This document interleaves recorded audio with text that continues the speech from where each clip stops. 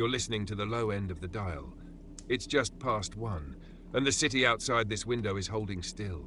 The street lights doing their work, the pavement shining, the night settled into itself like a dog that's found its spot and isn't moving until morning. The board is humming, the coffee is cold, and I was sitting here in the quiet and I heard a screen door. Not here, there's no screen door in this studio. But I heard one. The spring stretching, the frame swinging out, the mesh catching the light for a half second, and then the slam. That particular slam. The wooden frame hitting the wooden frame and the spring pulling tight, and the door bouncing once, twice, and settling, and the sound carrying across a porch and a yard and a sidewalk and into a morning that was early and empty and Saturday in 1963 or somewhere near it. The screen door. Let me stay with the screen door. Because the screen door was the border.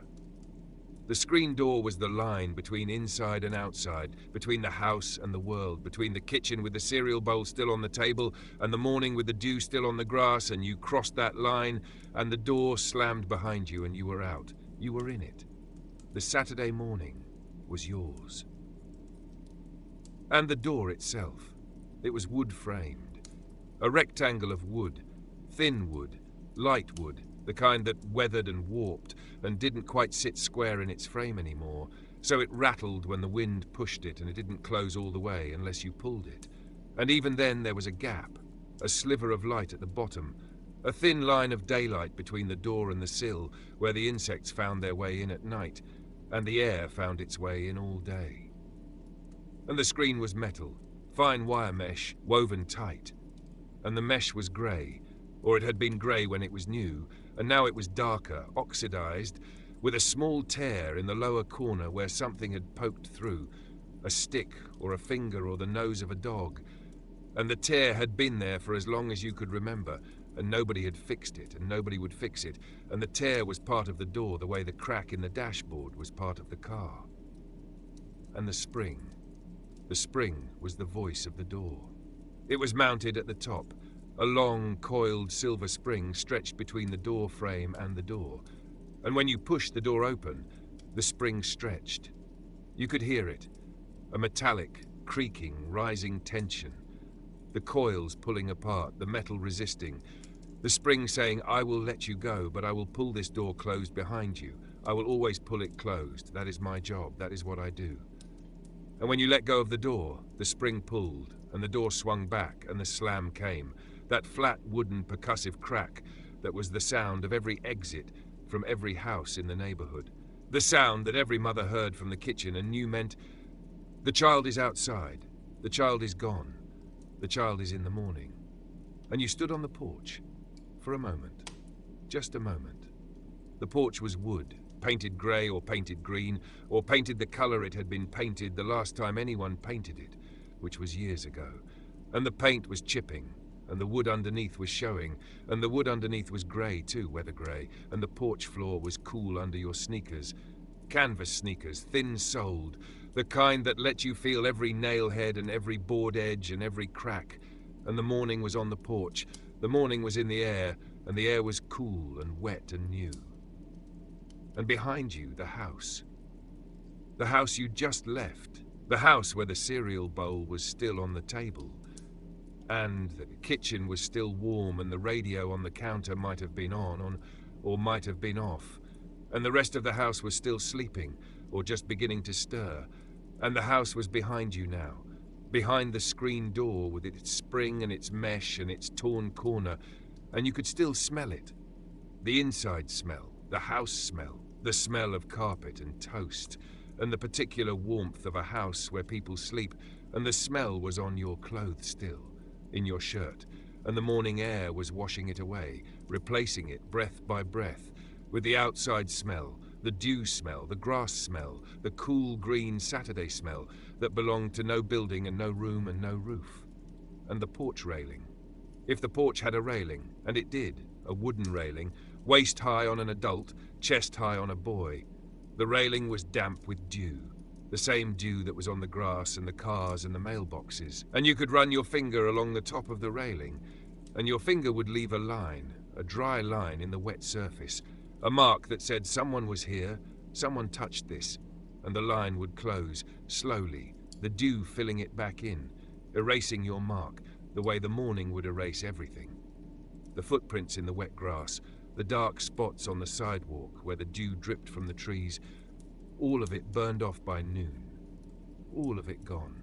All of it as temporary as the morning itself, which was already passing, already warming, already becoming something other than this first, cool, dewy, untouched thing. The dew. The dew was the first thing you saw when you looked at the yard. The grass was wet, every blade holding its own small bead of water, and the beads caught the early sun. The sun was low. The sun was still coming over the houses on the east side of the street, and the light was long and golden and almost horizontal, and the dew caught that light and the yard glittered. Not sparkled, glittered. The quiet, subdued, intimate glitter of a million small lenses, each one holding a fraction of the sun, each one giving it back at a slightly different angle. And the effect was a shimmer, a glow, a soft luminosity that sat on the grass like a veil, like a layer of something precious laid over the ordinary green of an ordinary yard on an ordinary Saturday that didn't know yet what it was going to be. And the smell, the morning smell, the dew on grass smell, which was different from the rain on grass smell and different from the sprinkler on grass smell. The dew smell was cooler, lighter, more like the air itself than the water. A smell that was barely a smell. More like a freshness, a cleanness, a quality of the air that you breathed and felt in your chest. And that said nothing has happened yet. The day hasn't started. The air hasn't been warmed. The grass hasn't been walked on. The street hasn't been driven on. The world is still in its first state, its morning state, untouched and cool and waiting. And the newspaper. The morning paper was on the front step, or on the walk, or in the bushes where the paperboy's throw had landed it. A rolled cylinder of newsprint held by a rubber band, and the paper was damp from the dew. The outer page slightly dark, slightly soft, the ink not smudging yet but thinking about it, and the paper lay there on the step, unread, unrolled, and it would lie there for a while until someone came out and picked it up and brought it inside and unrolled it at the kitchen table with a cup of coffee. But that was later. That was someone else's morning. And you stepped over it or around it and went down the steps. And the spiderweb. In the hedge beside the porch, or strung between the railing and the eave, a spiderweb, and the dew was on it. The dew had found every strand, every thread, every connection in the web, and the water sat on the silk in tiny, perfect, evenly spaced beads, and the beads caught the morning light and turned the web into a jeweled thing, a thing that was invisible yesterday and invisible last night and would be invisible again by noon. But right now, in the low, golden, horizontal light of early Saturday, the web was the most beautiful thing in the yard, the most intricate, the most precise. Each bead a small lens, each strand a small wire, and the whole structure trembling slightly in the air that wasn't quite a breeze, trembling the way a guitar string trembles after it's been plucked, a vibration too fine to see but present, felt alive. And the street. You looked at the street from the porch, and the street was empty. Empty the way streets were empty on Saturday mornings in 1963, which was a particular kind of empty, not abandoned, not desolate, but resting. The cars were in the driveways, not on the street. The station wagons and the sedans, two-toned, chrome-bumpered, parked in the driveways on the concrete or on the gravel. And the cars had dew on them too, on the hoods and the roofs and the windshields, and the dew on the chrome was different from the dew on the paint. The chrome beading the water tighter, smaller, the droplets sitting on the metal like mercury, round and silver and trembling, and the windshields had a mist on them, a fine fog of condensation that blurred the interior, that hid the dashboard and the steering wheel and the seats behind a veil of water, and the cars looked asleep. The cars looked like they weren't going anywhere today, and they were right, because it was Saturday, and Saturday was the day the cars rested, the day the driveways were full and the streets were empty, and the only things moving were the children and the birds and the sprinklers that would come on later, when the dew had burned off and the morning had warmed.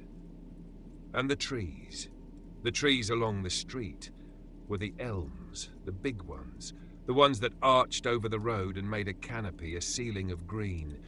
And the elms in the morning had that particular quality of light. The early sun coming through the leaves at a low angle, and the leaves were backlit, glowing, each one a small green lamp. And the light that came through them was filtered, softened, green gold. And it fell on the street and the sidewalk and the lawns in patterns that moved when the breeze moved the branches. Coins of light shifting slowly across the grass, across the parked cars, across the porches of the houses where nobody had come out yet, where the screen doors were still closed, where the springs were still resting. And the mailboxes at the ends of the walks or mounted beside the front doors, metal boxes, black or silver, or painted to match the house, and the flags were down, the little red flags on the side, the ones you put up when you had mail to send.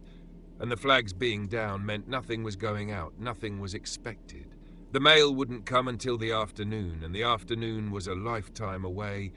The afternoon belonged to a different part of Saturday, a later part, a warmer part. And the morning was this. The mailboxes with their flags down and their mouths closed, resting the way the cars were resting and the houses were resting and the whole block was resting under the elms in the dew in the green gold light. And the porches, the other porches, the neighbours' porches, visible from your porch if you looked down the street. Each one slightly different, some with railings, some without, some with swings, some with chairs, some with a broom leaning against the wall, some with a pair of shoes left by the door, and all of them empty. All of them waiting for the day to warm and the doors to open and the springs to stretch and the slams to come one after another, house by house, the neighbourhood waking up in its own time, each house on its own schedule, nobody rushing, nobody calling, nobody late for anything. And the sidewalk. The sidewalk began at the bottom of the porch steps, 2 steps, or 3, wooden, leading down to the walk leading to the sidewalk leading to the street, and the street leading to every other street in the neighbourhood, and every other street leading to every house, and one of those houses was where you were going. You were going to a friend's house. Not a specific errand, not a chore, not a task. Just going. Just walking there because it was Saturday and the morning was empty, and the friend was there, and the day was ahead of you like a field you hadn't crossed yet, wide and green and undefined. And the walking was the beginning of it, the first step into whatever the day would become. You went down the steps. The wood of the steps was damp from the dew, slightly slippery, and you felt it through the canvas of your sneakers, the moisture, the cool, and you reached the walk. And the walk was concrete, narrow, just wide enough for one person, and it led straight from the steps to the sidewalk, a short path through the yard, and the grass on both sides of the walk was wet and tall, taller than it should have been probably, taller than the neighbour's grass, the mowing a week overdue or 2 weeks. And the grass leaned over the edges of the walk, reaching across the concrete, and your sneakers brushed through it, and the dew from the grass got on the canvas, and the canvas went dark where the water touched it, and your feet were damp now. And the damp was the morning. The damp was the start. The damp was the price of being outside this early on a Saturday, when the dew was still on everything, and the sun was still low, and the street was still empty, and the screen door had just slammed behind you, and the spring was still vibrating, faintly, on the porch you'd already left behind. The sidewalk.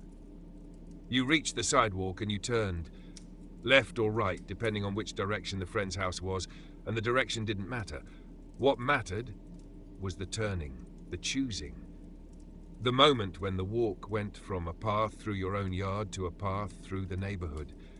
And the neighbourhood was there, spread out on both sides, the houses and the yards, and the driveways and the trees and the mailboxes and the fire hydrants, and the whole quiet, dewy Saturday morning world of a block in 1963 when the biggest decision of the day was which direction to turn on the sidewalk.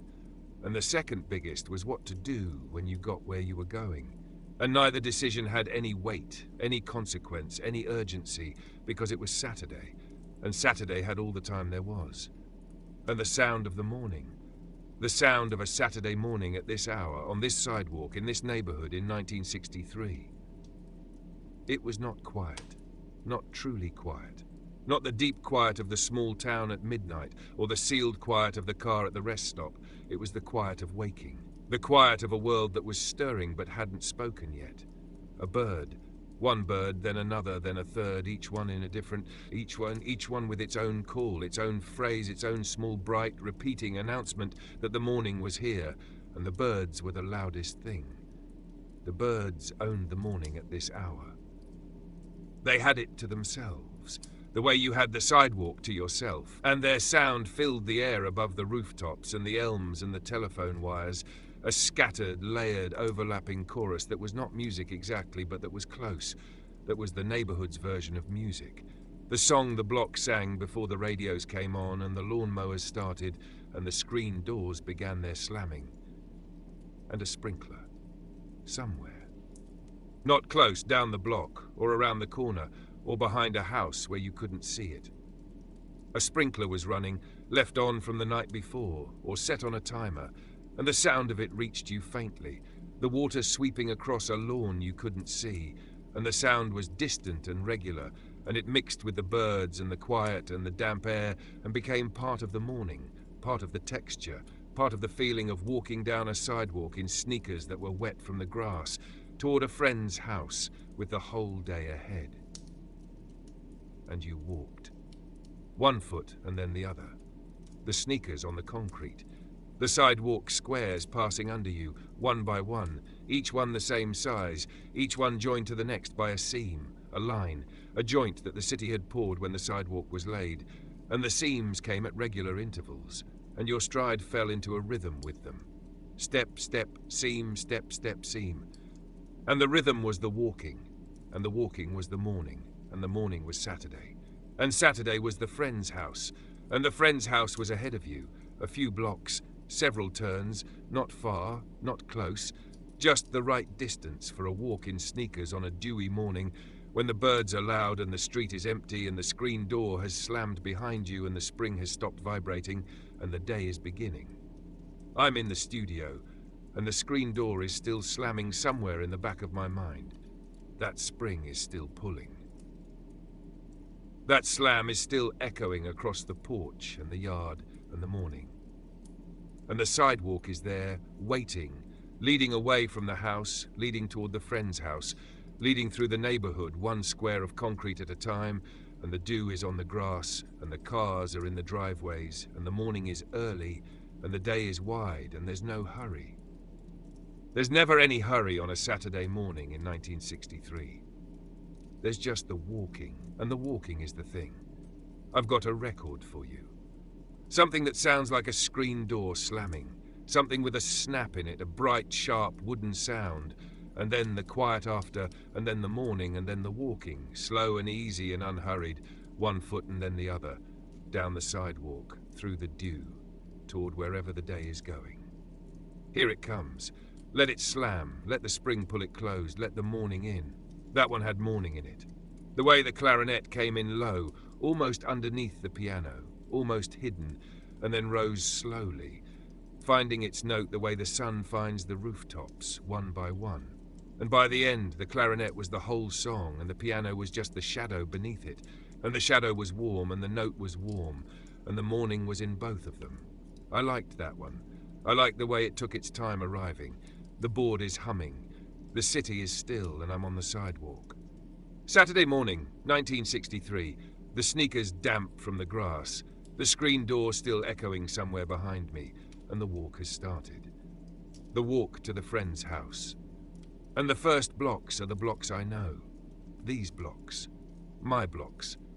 The blocks between my house and the rest of the world. The blocks I walked every day to school and back to the corner and back to the yard and back. And the houses on these blocks were not houses I thought about. They were houses I passed.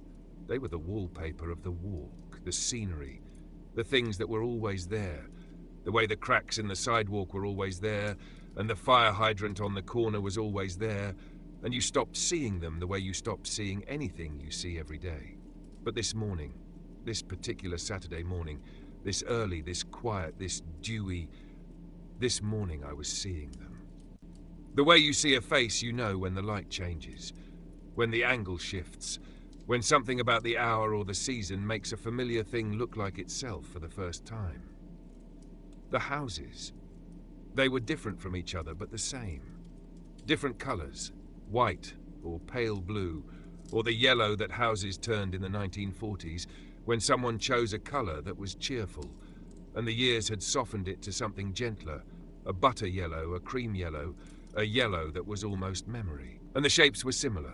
2 stories, most of them, with a porch in front and a chimney on the side, and a garage in the back or beside the house, a detached garage with a separate roof and a door that swung up on a track, and the garage doors were closed on Saturday morning, closed and still, and the driveways that led to them were empty or had the car on them, the family car, the one car, resting in its spot. And the yards. Each yard was its own territory, its own kingdom, its own small piece of the earth claimed and kept and tended by the people inside the house.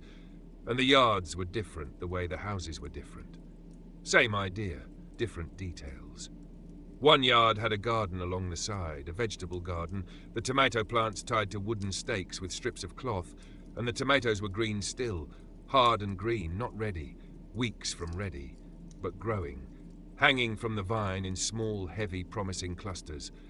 And the garden had a smell, the particular sharp, green smell of tomato leaves, that pungent, almost bitter smell that you got on your hands if you brushed against the plant, a smell that stayed with you, that clung to your fingers the way the iron smell of the nails clung to your palm in the hardware store. And the next yard had a bird bath. A concrete bird bath, the kind that stood on a pedestal, the basin wide and shallow, and the basin had water in it, rainwater or hose water, sitting still, the surface catching the morning light and holding it in a small, bright disk, and a leaf floated on the surface, one leaf, flat and still. And the bird bath stood in the middle of the yard like a small monument, a small altar, a thing that had been placed there with intention and that remained there through every season. The water freezing in winter and thawing in spring and filling with rain in summer and filling with leaves in autumn. And the concrete was stained green with algae on the north side, the side the sun didn't reach, and the green was the same green as the lichen on the stone wall at the overlook, the same slow, patient, spreading green of a thing that grows by not hurrying. And the next yard had a hedge, a boxwood hedge, dark green, dense, trimmed square along the top and the sides, the flat surface of the hedge as level as a table, and the trimming had been done recently. You could see the pale cuts where the clippers had sheared the branches, the pale green of fresh wood against the dark green of the old growth. And the hedge smelled like boxwood, which is a smell hard to describe except to say it was green and bitter and particular, a smell that belonged to this plant and no other. And the hedge ran along the edge of the property, a living fence, a wall of leaves. And behind it, the yard was hidden, the house was hidden, the life of the people inside was hidden, and the hedge kept its secrets the way all hedges keep their secrets, by being dense and green and taller than a boy. And the driveways. Each driveway had its own surface, its own character. One was poured concrete, white-grey, clean, with a crack running down the centre where the frost had worked on it, and the crack had been filled with tar, a dark line of tar that was soft in the summer and hard in the winter, and that wove down the driveway like a river on a map. The next was gravel, the same kind of gravel as the pull-off on the back road, grey and loose. And the gravel had weeds growing in it at the edges, crabgrass and dandelions, and the weeds were wet with dew, and the dew made them look more alive than they deserved, more present, more important. Small, green, unwelcome things dressed up in diamonds by the morning. And the next driveway was 2 strips of concrete with grass growing in the middle, 2 parallel tracks, just wide enough for the car's tires. And the grass between the tracks was taller than the grass in the yard because the mower couldn't reach it easily, and the tall grass was the driveway's secret, its small rebellion, its refusal to be entirely civilized. And the windows of the houses on Saturday morning. Most of them were still dark, or had curtains drawn, or had shades pulled down. The white shades, the roller shades. The kind you pulled down by the small ring at the bottom, and the shade would roll down on its spring and cover the window, and the room behind it would go dim, and the shade would glow from the outside, the morning sun hitting it and turning it into a screen of warm white light, and you couldn't see through it, couldn't see the room, but you could see the light of the room, the temperature of the room, the suggestion of the room, the way you can see the warmth of a fire through a closed hand. But some windows were open. Some windows had the shade up, and the curtain pulled to the side, and the glass raised, the lower pane pushed up, and the window was open to the morning, and from the sidewalk you could see into the room. Just a glimpse, just the edge of a room, a slice of wallpaper, and the corner of a picture frame, and the top of a lamp, and the ceiling, always the ceiling, because the angle from the sidewalk was looking up into the window, looking up into someone else's room, and the ceiling was white, and the light on the ceiling was the indirect, bounced, soft light of a room that was not being used, a room that was resting, a living room or a dining room where no one was sitting, where the furniture was still, and the air was still, and the morning sun was coming through the open window and warming the rug and the arm of the chair and the surface of the table, and the room was open and quiet, and you walked past it the way you walk past an open door in a hotel, a glance, a glimpse, a small, involuntary window into a life that is not yours. And the smells through the windows. The open windows let the inside smells out the way the screen doors did, and the smells reached the sidewalk, and you walked through them the way you walk through pockets of warm air at a beach.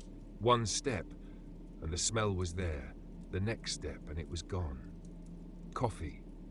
The smell of coffee from one house, the percolator on the counter, the pot bubbling, the smell reaching the open window and coming through the screen and drifting across the porch and the yard and finding you on the sidewalk. A warm, dark, adult smell that you didn't drink, but that you knew, that you associated with kitchens and mornings and the sound of the radio playing low on the counter. And bacon.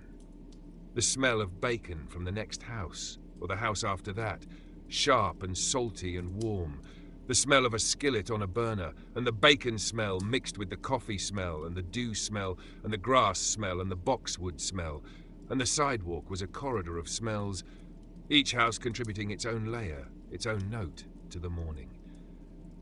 And the sounds through the windows, not just smells.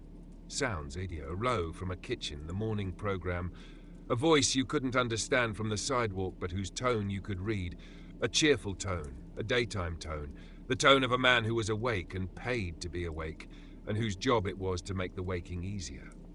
And dishes, the small muffled sound of dishes in a sink, porcelain touching porcelain, water running, the domestic percussion of a kitchen being used, and the sound came through the window and across the yard, and it was distant and intimate at the same time. The sound of someone else's morning happening behind their walls, their curtains, their screens. And a screen door somewhere down the block, a spring stretching a slam, not your slam, someone else's, and the slam carried down the street the way all slams carried, flat and wooden and final, and the slam said, someone else is out now too. Someone else has left their house. The neighborhood is waking.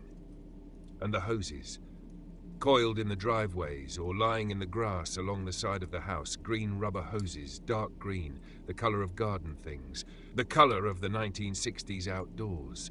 And the hoses were wet from the dew, beaded with moisture, and the brass fittings at the ends were cold and heavy.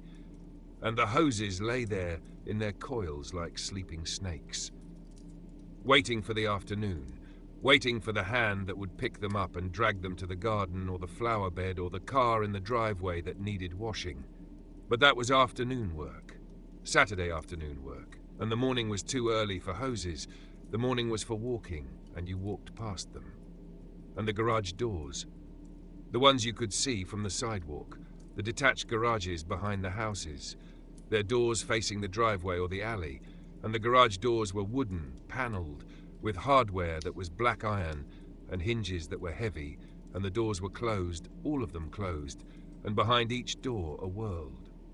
The lawnmower and the rakes and the shovels and the bicycles and the sleds stored for the summer, and the tools hung on the wall, and the oil stain on the concrete floor, and the smell, that garage smell, that combination of gasoline and lawn clippings and old paint and rubber, and the particular dry, warm smell of a space that is not quite indoors and not quite outdoors, that has a roof but breathes through its gaps.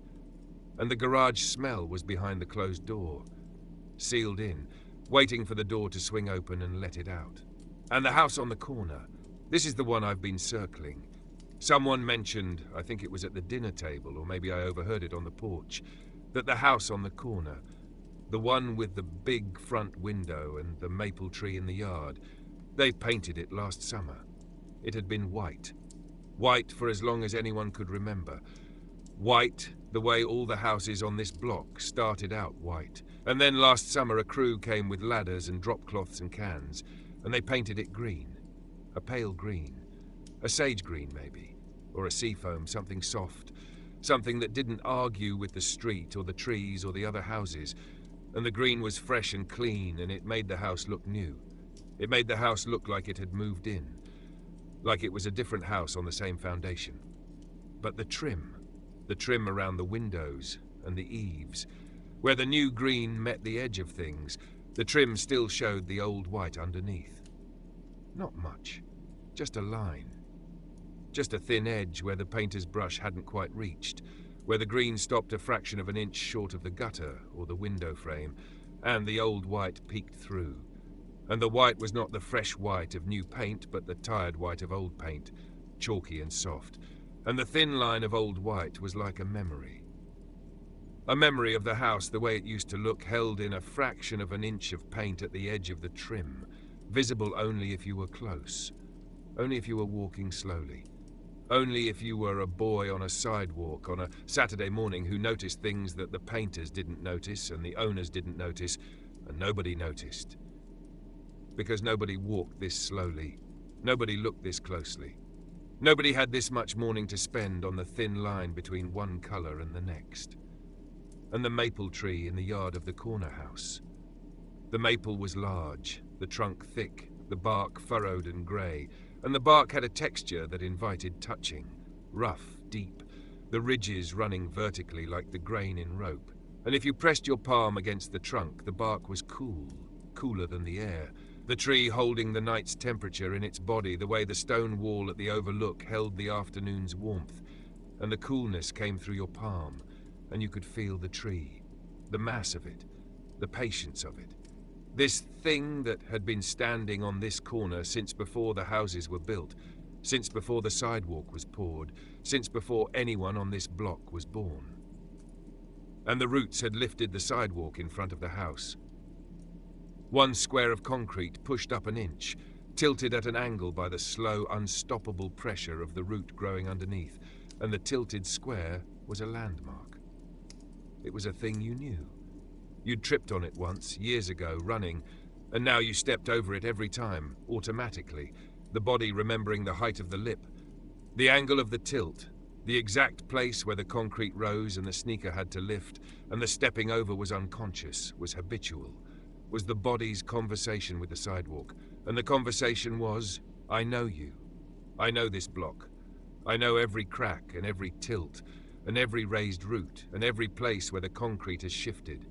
And I will walk this block in the dark, in the rain, in the dew, in any light, in any season. Because my feet know it, the way my hands know my pockets, the way my tongue knows my teeth. And the knowing is older than thinking, deeper than thinking, and the walk goes on.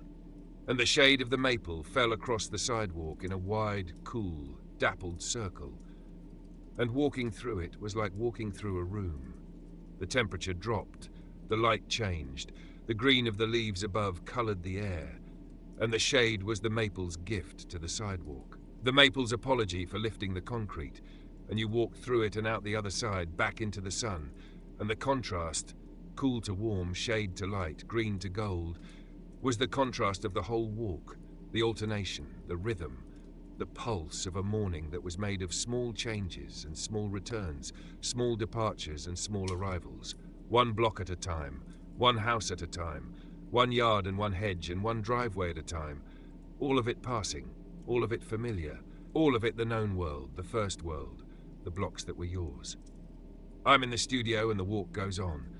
Down the first blocks, the known blocks, past the houses that are wallpaper, and the yards that are scenery, and the windows that are open, and the smells that drift through them, and the hedge that keeps its secrets, and the driveway with its 2 concrete tracks, and the bird bath with its leaf, and the maple with its root, and the corner house with its new green paint and its old white trim. And the morning is warming now, the dew starting to thin, the sun getting higher, and the sidewalk is ahead of me. Square by square, leading away from the blocks I know toward the blocks I know less, toward the part of the neighborhood that isn't mine, that belongs to the walk itself, to the going, to the middle distance between home and the friend's house. I've got a record for you. Something that walks. Something with a rhythm in it, a steady, unhurried, one foot then the other rhythm that matches the seams in the sidewalk, that matches the pace of a boy in damp sneakers on a Saturday morning with nowhere to be on time and everywhere to be eventually. Here it comes, step by step. Let it walk. That one walked. I don't know how else to say it. The bass was the left foot and the piano was the right foot. And they took turns, steady, unhurried, going somewhere without rushing to get there. And the drums were just brushes, just a whisper on the snare. Just the sound of sneakers on concrete, if sneakers on concrete could be music. And I let it walk all the way to the end, and then I let the needle sit in the groove for a moment, just the hiss, just the quiet, just the sound of the record breathing after the walking was done. The board is humming. The city is past the midpoint of the night, and I'm past the midpoint of the walk, past my own blocks, past the houses I know by heart, past the maple on the corner and the tilted sidewalk square and the hedge that keeps its secrets. I'm in the other blocks now. The blocks between mine and the friend's house. The blocks I don't walk every day. The blocks that are the same neighborhood, same kind of houses, same kind of yards, same kind of trees, but not mine. Not the ones my feet know without thinking. These blocks require looking. These blocks require seeing. And the seeing was different here. On my own blocks, my eyes slid over things, the houses, the yards, the driveways, because I already knew them, because they were part of the wallpaper, because the familiarity had made them invisible.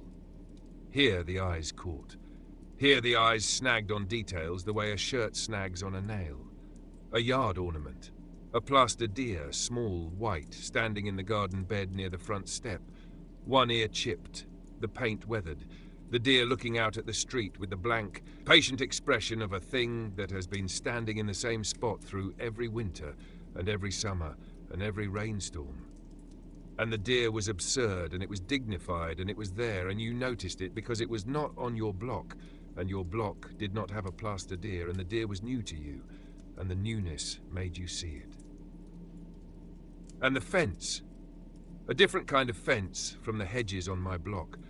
This was a chain-link fence, silver grey, the diamond pattern of the wire catching the morning light. And the fence ran along the side of a yard, and the yard behind the fence was different from the front yards. Less tended, more lived in, with a ball in the grass and a sandbox with its wooden frame and its sand gone dark from the dew, and a swing set, the metal kind, the A-frame kind with the chains and the rubber seats. And the swing set was still the chains hanging straight, the seats motionless. And the stillness of the swing set was the same stillness as the porch swing in the small town. The stillness of a thing that exists to move and is not moving, that is waiting for the weight and the push that will send it into its arc. And behind the fence, a dog. Not a big dog, a medium dog, brown, with a tail that was moving, that was going back and forth in that slow, steady, wide wag. That means I see you and I am interested and I am behind a fence, and we both know that I am behind a fence, and this is how things are. And the dog didn't bark. That's the thing.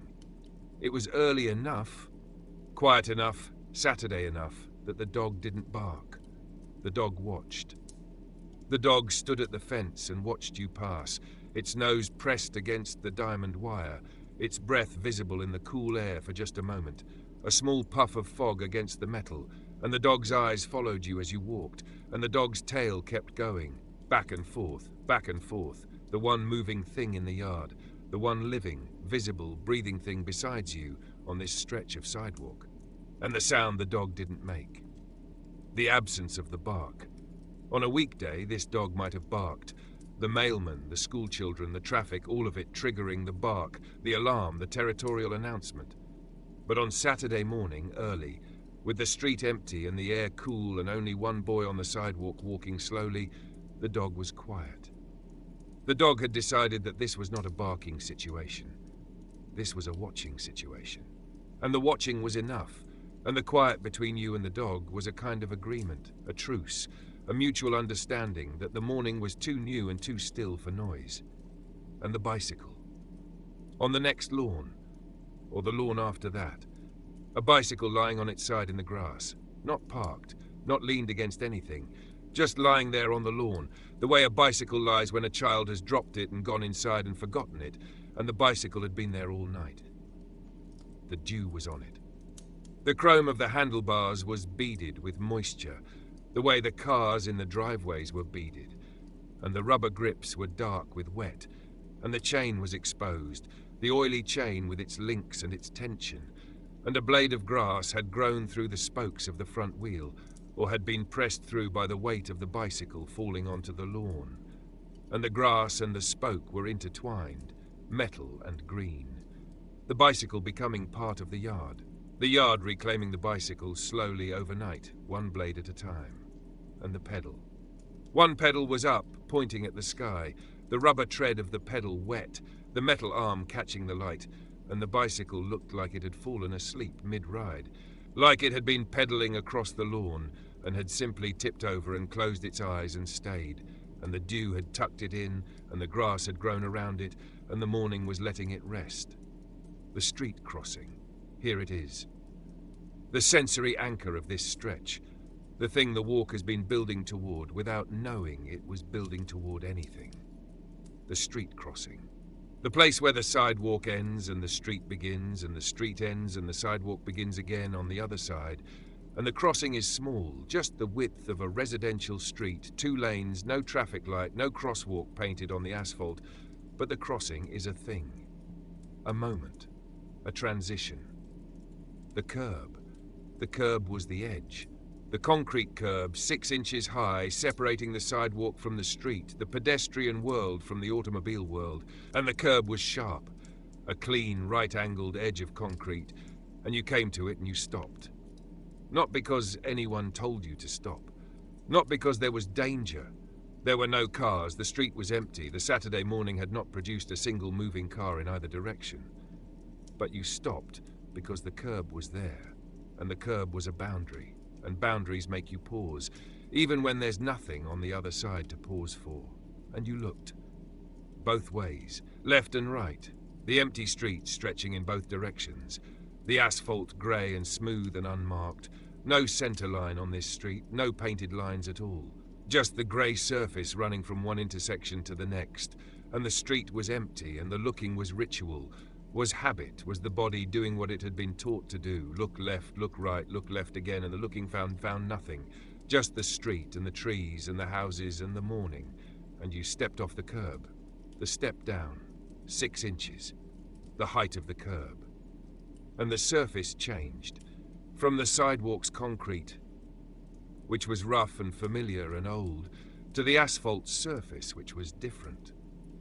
Smoother in some places, rougher in others, the asphalt's texture less uniform than the concrete's, more organic, more like the surface of something that had been poured hot and had cooled unevenly and had been driven on and rained on and frozen and thawed until it had its own geography, its own small hills and valleys, its own cracks and patches and the dark, tar-filled seams where the road had been repaired, and the temperature. The asphalt was a different temperature from the sidewalk. Not warmer yet. It was too early for the asphalt to be warm. The sun hadn't been on it long enough, but different. A different kind of cool, a darker cool. The cool of a material that absorbs heat and gives it back. That will be hot by noon and scorching by 2, and warm well into the evening. The asphalt storing the sun the way a battery stores a charge, and right now the battery was empty, was depleted, was cool and dark and waiting for the sun to fill it again. And you crossed. 5 steps, 6, 7. The width of the street, the no man's land between one sidewalk and the next. And you were in the street, in the actual street, the place where cars drove, the surface where tires rolled, and the street felt different under your feet, felt wider, felt more exposed, felt like being in the open. The way being in a field feels like being in the open. No walls, no fences, no hedges, just the flat grey open surface and the sky above it and you in the middle, small, visible, crossing. And the step up, the far curb. The same 6 inches, but in reverse, up instead of down, the concrete meeting your sneaker, the body lifting and you were on the other sidewalk, the far sidewalk, and the crossing was done. And you were in the other part of the neighbourhood now, the far side, the side where the friend's house was, and the houses here were similar to the houses on your side, but not the same. The way a cousin is similar to a sibling, but not the same. And the difference was in the details. A different colour on the shutters, a different style of porch railing, a different kind of tree in the yard, and the difference made you feel further from home than you were. 3 blocks. 4. Not far. But far enough that the walk had taken on its own weight, its own substance, its own small journeyness. And the sidewalk on this side had its own texture, its own cracks, its own seams, its own small history written in concrete. A section that had been replaced, you could see where the old sidewalk ended and the new section began, the new concrete lighter, smoother, less cracked.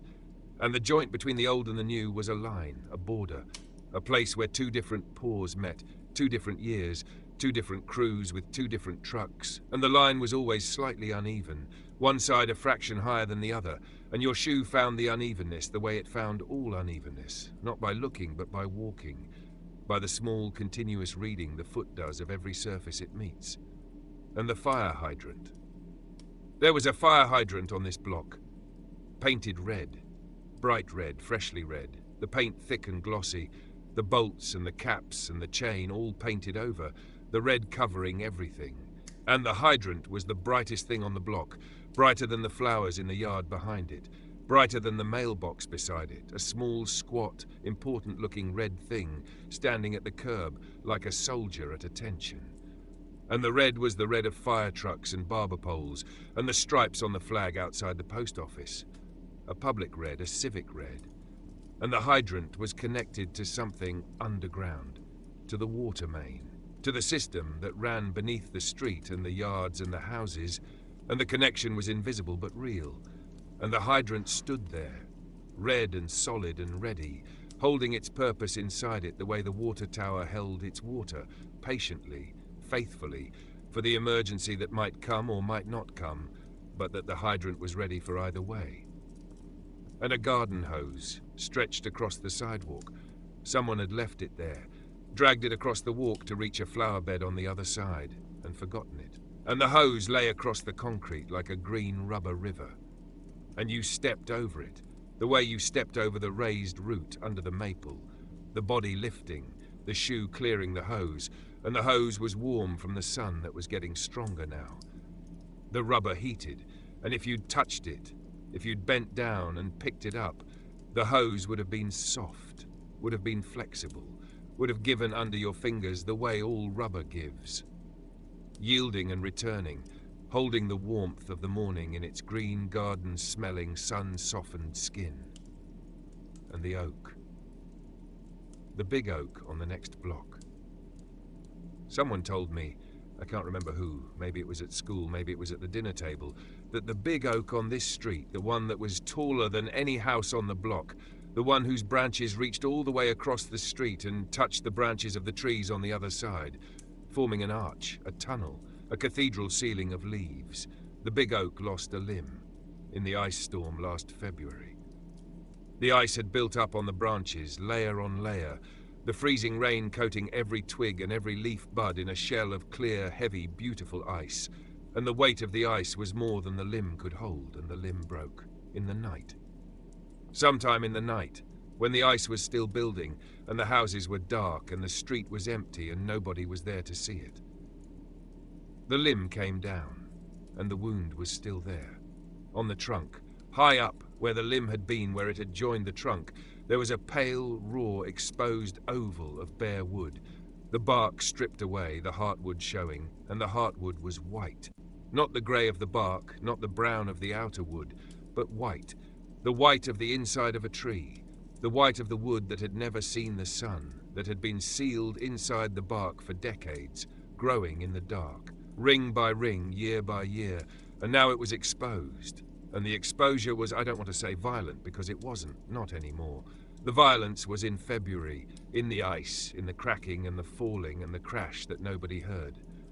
Now, months later, the wound was just a fact. A pale oval on a dark trunk. The tree was healing it, slowly, the bark creeping inward from the edges, the callus forming, the tree doing what trees do when they're hurt, which is grow around the hurt, grow over it, enclose it, add another ring, another layer, another year on top of the wound. And the wound would be inside the tree eventually, sealed in, held a secret ring that a chainsaw would find someday, but that the outside world would forget. Covered over, grown past, the way all wounds are grown past if you give them enough time and enough rings and enough slow, patient, uncounted years. And the shadow where the limb had been. The canopy over the street had a gap now, a bright spot, a hole in the ceiling of leaves where the lost limb used to fill. And the sun came through the gap and made a rectangle of bright light on the street. And the rectangle was warm, warmer than the rest of the street, which was still in the shade of the remaining branches. And you walked through it, through the bright, warm patch, and you could feel the limb's absence in the heat on your arms and the light on your face. And the absence was the ghost of the limb, the warmth where the shade used to be. And the walk went on, past the oak with its wound and its gap, past the houses on this side of the street that you knew less well, that you visited but didn't live on, that belonged to the friends' side of the neighborhood rather than yours. And the morning was warmer now. The dew was thinning. The sun was higher, and the shadows were shorter, and the gold was turning to white, the light losing its color, the morning losing its morningness, becoming something more like day, more like the regular, undifferentiated, full-strength daylight of a Saturday that was beginning to happen, that was filling up with possibility, that was opening the way a hand opens when it lets go of something it was holding, the fingers spreading, the palm going flat, and the whole day was in the palm, and the day was wide. I'm in the studio, and the walk is past the middle now, past the crossing, past the dog at the fence, and the bicycle on the lawn, and the oak with its white wound and its warm gap. The friend's house is close now, a block away, maybe two. And the morning is warmer, and the dew is going, and the neighborhood is stirring, and the walk is almost done, but not yet, not quite.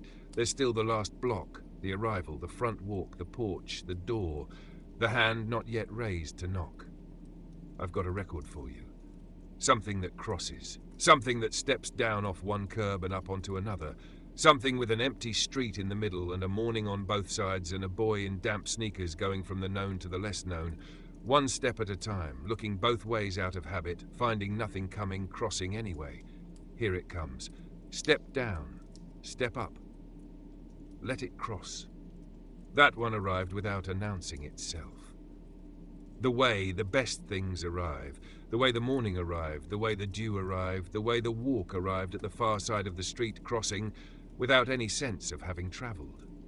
The song just found its last note and sat on it, and the note rang, and the ringing faded, and now the studio is quiet, and the board is humming, and the night outside the glass is at its deepest, its stillest, its most held, and I'm almost there. The friend's house is close. The walk is almost done. The board is humming. The coffee cup is empty. And the morning in the memory is warmer now. The dew is nearly gone. The gold light has turned to white. The shadows have pulled in close to the things that cast them. The morning is becoming day. Not quite. Not fully. Still holding on to something. Still carrying some of the cool and the quiet of the early hour, the way a glass holds the last inch of water at the bottom. But the morning is tipping. The morning is almost day, and the walk is almost done. The last block, the friend's block. You knew it the way you knew your own block, but differently. You knew it as a visitor, not a resident. You knew the houses by their outsides, not their insides. You knew the yards from the sidewalk, not from the grass. You knew which driveway had the basketball hoop mounted above the garage door, the net hanging loose, the backboard weathered. You knew which house had the flagpole in the front yard, the flag hanging still in the windless morning, the rope tapping gently against the metal pole, that faint, irregular, tinny tapping that was one of the sounds of this block, the sound of the flag's hardware touching the pole, and the sound carried in the quiet, the way all sounds carried in the quiet of a Saturday morning.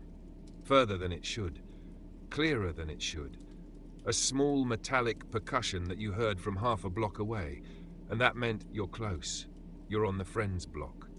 The house is near, and the houses on this block were like the houses on every block, white and yellow and pale blue, 2 stories, porches, chimneys, the architecture of a neighborhood that had been built all at once, or nearly all at once, in the years after the war, the houses going up like teeth in a jaw, one after another, evenly spaced, similar in shape, different in the small decisions, the color of the paint, the style of the shutters, the type of tree in the yard.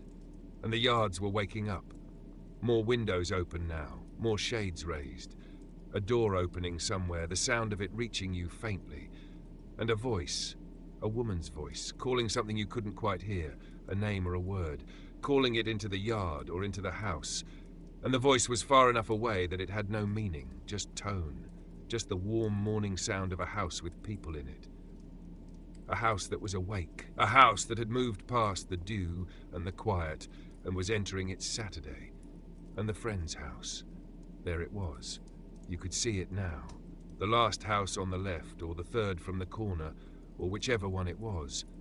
You knew it by its color, by its porch, by the tree in the yard, by the particular arrangement of things that made this house, and not any other house on the block. The color was, I want to say, green, or white with green shutters, or some combination that included green, some shade of green that was not the sage green of the corner house on your own block, but a darker green, a forest green, a green that looked almost black in the shade and almost bright in the sun. And the shutters were that green, and the front door was that green. And the house sat behind its yard, the way all the houses sat behind their yards, set back from the sidewalk, reached by a walk, guarded by a porch, and the house was there and you were here, and the distance between you was 1 yard, 1 walk, 1 set of steps, 1 porch, 1 door. The yard. The friend's yard. You'd been in this yard 100 times, running through it, lying in it, sitting in it, playing in the grass that was the same grass as your grass, but different, because it was someone else's, maintained by someone else's mower, watered by someone else's hose. And the grass had its own height, its own thickness, its own particular shade of green that was the shade of green that this yard produced. This soil, this seed, this sun exposure. And you knew the yard the way you knew a room in someone else's house. Familiar, comfortable, but not yours. The slight slope from the sidewalk to the porch, the bare patch near the driveway where the grass had given up, the spot under the tree where the shade was too deep for grass and the ground was bare, packed hard and smooth, almost like a floor. And you'd sat there in that spot, in the shade, on other Saturdays, other afternoons, and the ground was cool there, was always cool, even in the heat of July. And the tree in the friend's yard was different from the maple on your block, and different from the oak with its wound. This tree was, I want to say it was a catalpa, or something with broad, wide, heart-shaped leaves. The kind of leaves that made a dense shade, a thick shade, the kind of shade that felt like a room, that had a ceiling and walls made of green. And in the summer the tree made long, pale seed pods that hung from the branches like pencils, like thin green fingers pointing at the ground. And the pods would turn brown in the fall and twist and split, and the seeds would scatter. And the empty pods would litter the yard, dry and curled and light, and you'd pick them up and snap them, and the snap was satisfying, was crisp, was the sound of a dry thing breaking clean. And the driveway. The friend's driveway had oil stains on it. Dark, irregular shapes on the concrete, each one the shadow of a car that had parked there and leaked. And the stains were permanent, were part of the driveway. And the newest stain, the darkest, the most recent, was where the family car parked now. And the car was there in the driveway, a sedan, blue or brown, chrome bumpers, the windshield catching the morning sun and throwing it back at you as you came up the walk, a bright white blinding flash that made you squint, that made you look away. That was the house, saying, "I see you coming." And the garage behind the car. The door open, the wide door, swung up on its track. And the garage was dim inside. And you could see into it from the walk. The way you could see into the open windows of the houses on the first blocks, a glimpse, a slice. And what you saw was the garage's world.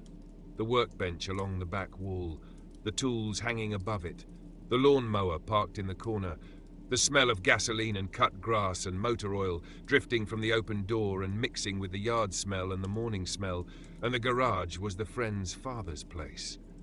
The way the hardware store was a man's place, and the garage had the same quality of order, the same pegboard, the same sense that every tool had a hook, and every hook had a tool, and the system was known and maintained and respected.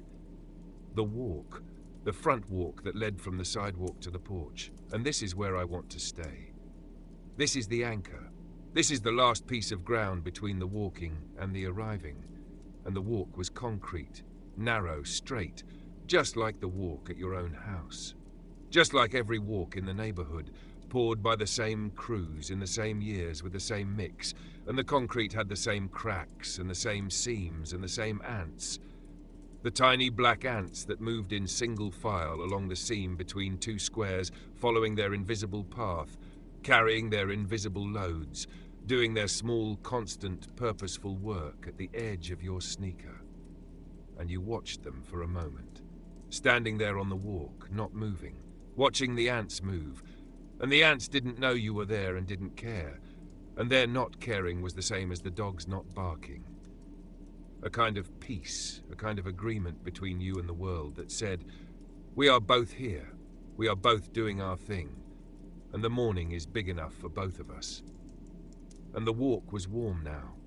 The concrete had been in the sun long enough, the sun that had been low and gold when you left your house and was higher and white now. The concrete had been in that sun long enough to begin holding warmth, and the warmth came through the soles of your sneakers, through the damp canvas that had dried by now. The dew burned off, the shoes no longer wet, but dry and warm, and the same temperature as the morning, and your feet on the warm walk felt different from your feet on the cool walk at the start, and the difference was the walk, the distance, the time it had taken to get from your porch to this walk. And the time was not long, 20 minutes, maybe 30. But the morning had changed in that time, had warmed, had brightened, had gone from dew to dry, from cool to warm, from gold to white. And you had changed with it, your body warming with the morning, your stride loosening, your breathing deeper, the walk having done its quiet work on you the way all walks do their quiet work.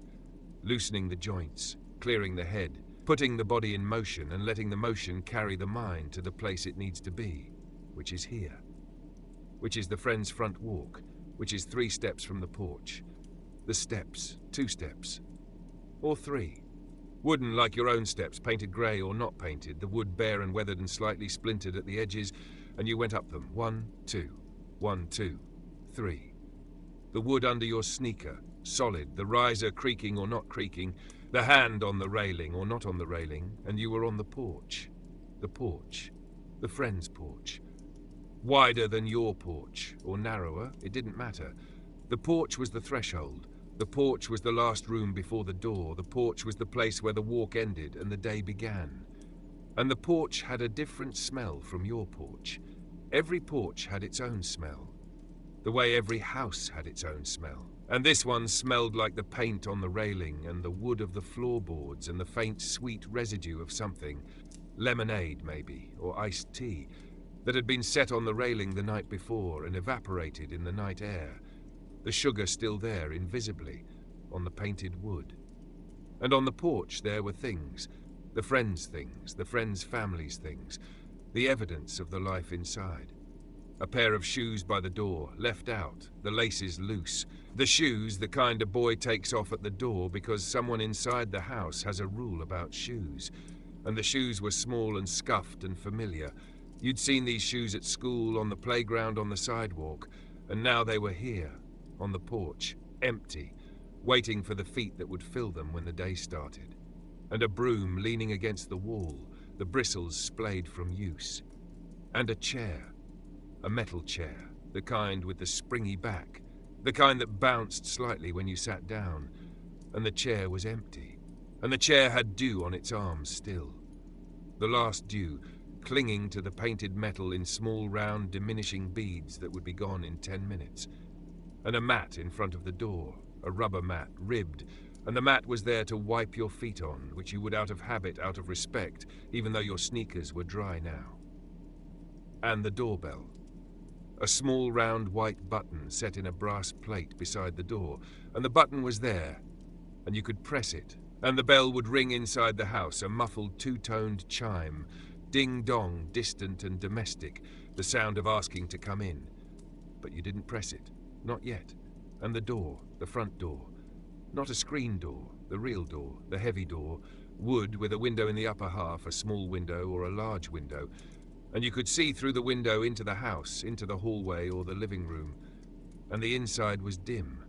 Not dark, but dimmer than the outside, the indoor light softer than the morning sun, and you could see shapes in the dimness, the outline of a coat rack or a staircase or the edge of a rug, and the inside of the friend's house had its own smell, the way every house had its own smell.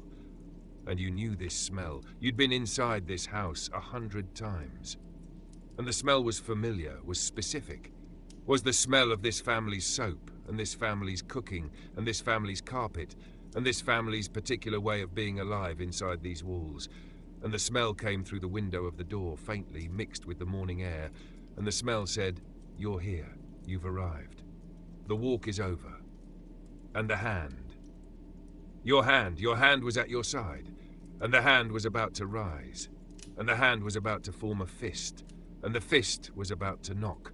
2 knocks, 3, the knuckles on the wood, the sound of asking to be let in, the sound of the walk becoming a visit, the walking becoming a staying, and the hand was about to rise.